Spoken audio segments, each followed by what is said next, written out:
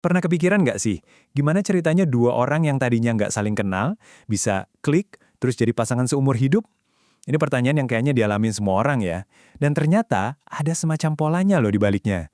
Oke, mari kita bedah bareng-bareng. Coba kita lihat kisah Fatimah dan Reza dari Jakarta. Hubungan mereka tuh bukan dibangun karena kebetulan atau karena chatan terus-terusan. Justru sebaliknya, koneksi mereka dibangun di atas komunikasi yang benar-benar disengaja. Ini bukti kalau hubungan yang kuat itu hasil dari sebuah desain, bukan cuma takdir. Dalam pembahasan kali ini, kita akan membedah romansa lewat 4 bagian. Kita mulai dari percikan awalnya, terus kita intip apa mesin yang bikin hubungan makin dalam, lalu kita lihat pengaruh dari masa lalu kita, dan terakhir, gimana semua ini berlaku di dunia modern sekarang. Oke, kita masuk bagian pertama, bagaimana hubungan dimulai.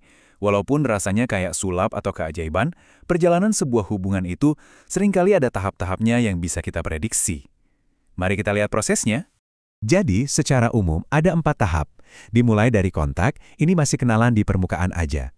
Lanjut ke keterlibatan, nah di sini kita mulai lebih banyak cerita-cerita. Terus masuk ke fase keintiman, disinilah koneksi emosional yang dalam itu terbentuk. Dan puncaknya adalah ikatan, yaitu komitmen formal yang diresmikan ke publik. Ya kayak pernikahan gitu. Terus apa sih yang bikin kita tertarik sama seseorang di awal-awal? Ya, penampilan fisik memang ada perannya, nggak bisa dipungkiri. Tapi, riset nunjukin kalau kepribadian, nilai-nilai yang sama, dan ini yang paling penting, ketertarikan komunikatif, kayak jago jadi pendengar yang baik, itu justru jadi penentu sukses jangka panjangnya. Nah, sekarang kita masuk ke bagian kedua, mesin rahasianya. Kalau tadi kita ngomongin tahapannya, sekarang pertanyaannya, apa sih yang bikin hubungan itu bergerak maju? Jawabannya adalah self-disclosure atau keterbukaan diri. Ada teori keren namanya teori penetrasi sosial. Gampangnya gini, bayangin hubungan itu kayak bawang. Buat bisa sampai ke intinya, kita harus kupas lapis demi lapis. Mulai dari obrolan ringan soal hobi, musik favorit, sampai akhirnya kita berani ngomongin hal-hal yang lebih dalam. Ketakutan kita, mimpi-mimpi kita, dan nilai-nilai hidup kita. Dan proses ini tuh powerful banget. Waktu kita berani nunjukin sisi rentan kita, itu justru ngebangun kepercayaan. Kita juga bisa ngetes nih, cocok nggak ya nilai-nilai kita? Dan yang paling penting, ini menciptakan zona aman di mana kita dan pasangan bisa jadi diri sendiri seutuhnya. Itulah fondasi keintiman yang sesungguhnya. Eits, tapi tunggu dulu. Hubungan sehat itu bukan berarti kita harus share semua hal ya, 24/7. Nah, disinilah ada teori lain yang penting, manajemen privasi komunikasi. Intinya adalah negosiasi. Pasangan yang sehat itu sadar mana yang perlu dibagi dan mana yang jadi ruang pribadi. Jadi, kuncinya itu keseimbangan antara terbuka dan menjaga privasi. Lanjut ke bagian 3, cetak biru keluarga. Pertanyaannya, dari mana sih kita belajar cara berkomunikasi dalam hubungan? Jawabannya, seringkali dari keluarga kita. Pola komunikasi di rumah itu kayak sistem operasi, nggak kelihatan, yang ngebentuk cara kita terhubung sama orang lain. Intinya, ada 2 dimensi utama. Pertama, orientasi percakapan. Ini tipe keluarga yang ngedorong diskusi terbuka, bebas ngomongin apa aja. Yang kedua, orientasi konformitas. Ini yang lebih menekankan keharmonisan, persetujuan, dan ikutin aturan. Nah, kombinasi dari 2 hal ini yang jadi cetak biru komunikasi kita. Orang yang tumbuh di keluarga dengan orientasi percakapan tinggi biasanya punya keuntungan lebih loh. Mereka cenderung lebih nyaman ngobrolin perasaan, lebih jago cari solusi bareng-bareng, dan ya, tingkat kepuasan hubungannya pun umumnya lebih tinggi. Sebaliknya, yang dari keluarga dengan orientasi konformitas tinggi mungkin punya tantangan. Bisa jadi mereka agak susah buat bilang nggak setuju atau lebih ragu buat terbuka. Tapi, dan ini poin pentingnya, pola ini bukan takdir.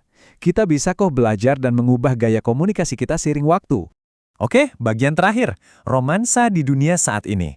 Sekarang kita lihat gimana semua prinsip tadi berlaku di tengah gempuran teknologi dan budaya modern. Coba lihat studi tentang Gen Z di Indonesia ini. Menarik banget. Data ini nunjukin gimana WhatsApp mempengaruhi hubungan mereka. Lihat deh, angkanya tinggi untuk membangun keamanan dan afeksi. Jadi buat kirim chat mesra atau bikin merasa aman, WhatsApp itu jago. Tapi ada batasnya, kurang efektif buat nyelesain konflik yang rumit. Ini bukti kalau teknologi itu cuma alat, bukan pengganti obrolan mendalam. Sekarang, kita geser ke cetak biru yang sangat berbeda dari budaya lain. Ta'aruf. Ini adalah proses perkenalan dalam Islam. Penting untuk dipahami, Ini bukan kencan biasa ya, ini adalah pendekatan yang terstruktur, punya tujuan jelas, yaitu evaluasi untuk pernikahan, dan biasanya ada batas waktunya. Nah, di sini kelihatan jelas banget beda filosofinya. Kalau pacaran gaya barat seringnya dimulai dari percikan cinta romantis yang tumbuh pelan-pelan, ta'aruf itu fokusnya pada komunikasi yang efisien dan sengaja di awal. Tujuannya adalah membangun fondasi pemahaman dulu, baru setelah itu komitmen yang lebih dalam. Biar lebih kebayang, kita lihat cerita Rina dan Ahmad. Latar belakang keluarga mereka beda banget. Satunya high conformity, satunya high commercification. Wah, ini kan bisa jadi resep konflik ya. Tapi uniknya, mereka justru memilih ta'aruf untuk menjembatani perbedaan ini. Jadi selama 6 minggu, dengan ada fasilitator, mereka nggak buang-buang waktu. Mereka langsung bahas hal-hal inti. Bukan basa-basi, tapi langsung diskusi soal ekspektasi finansial, peran dalam keluarga, sampai tujuan hidup. Justru karena ada strukturnya, mereka merasa lebih aman untuk jujur dan terbuka. Hasilnya gimana? Mereka masuk ke pernikahan dengan pemahaman yang jauh lebih solid tentang satu sama lain. Jadi, pas ada masalah, mereka udah punya alat komunikasinya. Fondasi yang dibangun dengan sengaja ini jadi kekuatan terbesar mereka. Oke, jadi kita rangkum ya. Pertama, romansa itu ternyata ada tahapannya. Kedua, keterbukaan diri itu bensinnya. Ketiga, cara kita komunikasi itu banyak dipengaruhi oleh cetak biru dari keluarga. Dan terakhir, teknologi dan budaya ngasih kita berbagai peta yang berbeda untuk membangun hubungan yang bermakna. Ini semua membawa kita ke satu pertanyaan besar buat direnungkan. Di dunia yang penuh pilihan dan koneksi serba instan ini, apa sih sebenarnya fondasi sejati dari sebuah ikatan yang bisa bertahan lama? Apakah percikan di awal, atau pemahaman yang dibangun dengan sengaja? Pikirkan deh.